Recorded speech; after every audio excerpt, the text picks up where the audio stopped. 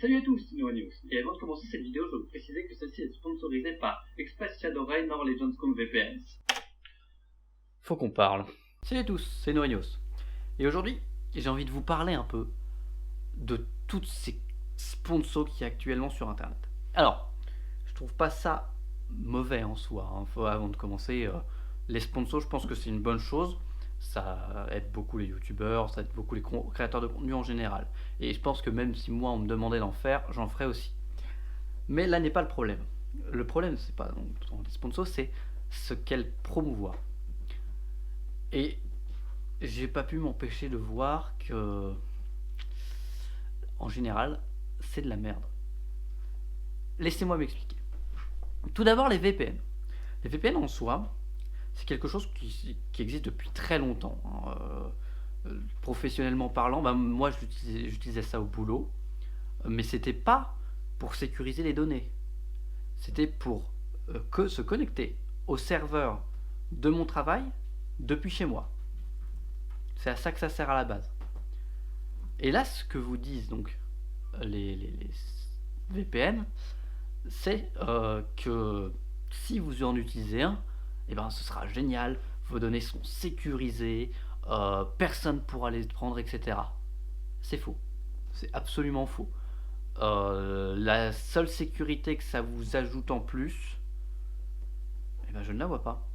Je ne la vois pas. C'est quelque chose qui ne vous servira pas. Vraiment. On est en train de vous dire, de vous faire de la pub, de vous dire ouais, votre connexion est plus sécurisée si elle passe par chez nous. Ça n'a aucun sens. C'est stupide. Si vous voulez vraiment sécuriser votre connexion et être anonyme, etc., utilisez Tor. Alors, c'est très chiant parce que vous pouvez pas choisir où vous vous connectez, etc. Mais Tor, déjà, c'est gratuit. C'est juste un navigateur. Il n'y a rien à payer, il n'y a rien à faire. Vous l'installez, c'est basé sur Firefox. Ça ressemble à Firefox. C'est nickel. Et ça fonctionne. Et vous pouvez faire comme si vous étiez en Allemagne ou des trucs comme ça. Et ça marche.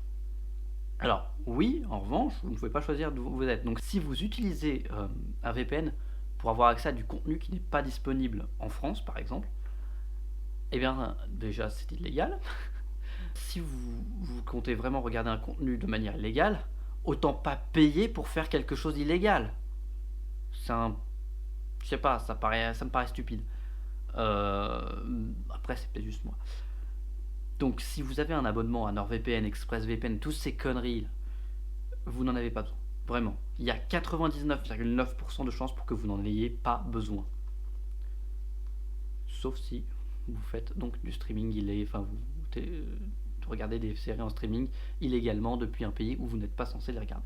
Bon, ça, je m'en fous, je juge pas.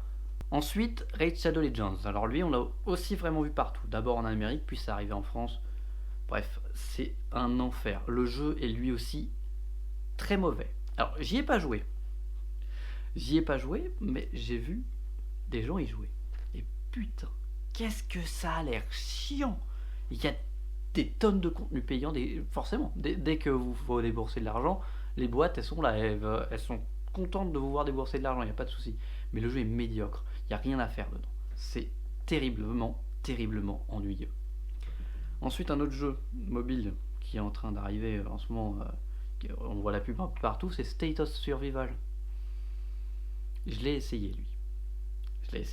J'ai essayé de me dire, allez, ça va peut-être être bien à un moment. Ce n'est pas le cas.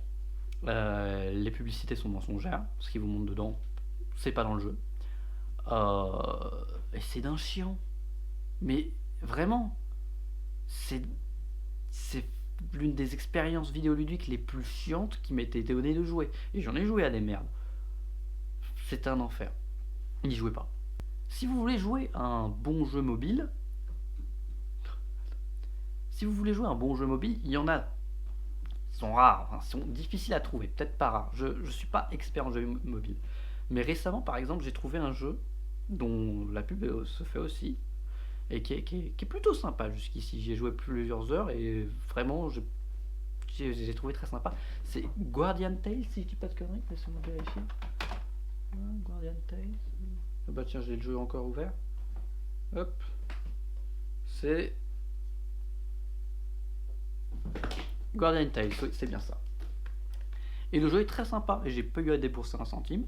Je m'amuse, je joue pas souvent, je suis pas un hardcore mobile gamer, je suis plus PC et console.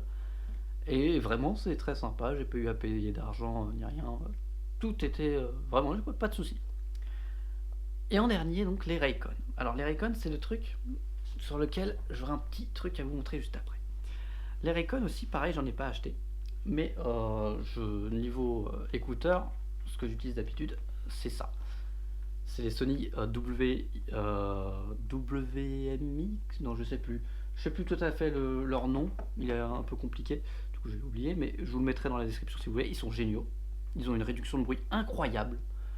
Et vraiment, non, touche pas toi, touche pas. Et vraiment, si vous voulez des écouteurs et que vous avez les moyens, prenez ça. C'est réduction de bruit incroyable, qualité sonore nickel, bref, aucun souci. Oui, d'accord, il y a Windows qui me dit, qui me demande de redémarrer. Alors, ensuite, donc, les Raycon. Donc, pour ceux qui ne savent pas, quand vous achetez un équipement sonore, donc des écouteurs, des earbuds, un casque audio, eh bien, ce que vous allez chercher en général, pas toujours, mais en général, c'est d'avoir ce qu'on appelle les écouteurs les plus plats possibles. C'est-à-dire, la courbe dans les fréquences va être plate. Et donc, vous allez avoir un son bien égal. Excusez-moi, il y a mon chat qui regarde le retour sur mon autre écran qui suit mon doigt. Et les Raycon sont-ils bien plats? La réponse en image. Voici ma softbox. Voici donc la courbe des Raycon. Alors, je vous la mettrai en description aussi, ainsi que la vidéo d'un autre gars qui en parle. C'est une catastrophe. Là, on voit que toutes les basses fréquences sont boostées. Alors, pour beaucoup de gens, ce ne sera pas un problème parce qu'ils aiment quand les basses sont boostées. D'accord. Mais ensuite, non, il pas le câble, toi.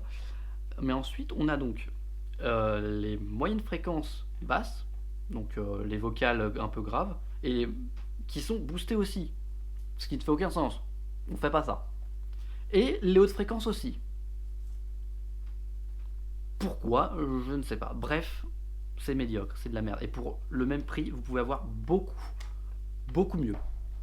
Parce que là, ce que je vous ai montré, c'est des graphes des E25 et des E100. Les E25, c'est les moins chers, les E100, c'est les plus chers. C'est une catastrophe. Achetez autre chose, vraiment. Il y a plein d'autres marques qui font des super earbuds et c'est vraiment mieux. Donc, Raycon, évitez. Bref. Conclusion. Quand vous voyez une sponsor, alors, dites-vous que c'est bien pour le youtubeur. Donc, n'allez pas critiquer le youtubeur. C'est lui, sert juste à faire de l'argent. Et c'est normal, c'est ce que doit faire un youtubeur. Il doit faire de l'argent. C'est comme ça que ça marche. On est dans une société capitaliste. Donc, NordVPN, non. ExpressVPN, non. Raid Shadow Legends, non plus. State of Survival, non. Raycon, non. Guardian Tales, oui. Sony, pour faire des écouteurs, jusqu'ici je leur fais confiance. Bose aussi en fait. Bose en fait de très bons, mais ils coûtent aussi cher. Et sinon, il y a une autre marque, je crois que c'est Theotronics, qui fait des bons écouteurs pas chers. Pour le même prix que les Raycon, je crois qu'ils étaient 2-3 fois mieux. Je vous mettrai donc le lien d'une vidéo, bon, encore en anglais, dans la description. Arrête de secouer la caméra, petit bonhomme. Dans la description pour vous expliquer, enfin qui vous explique que vraiment, achetez pas ça, quoi. Achetez pas ça.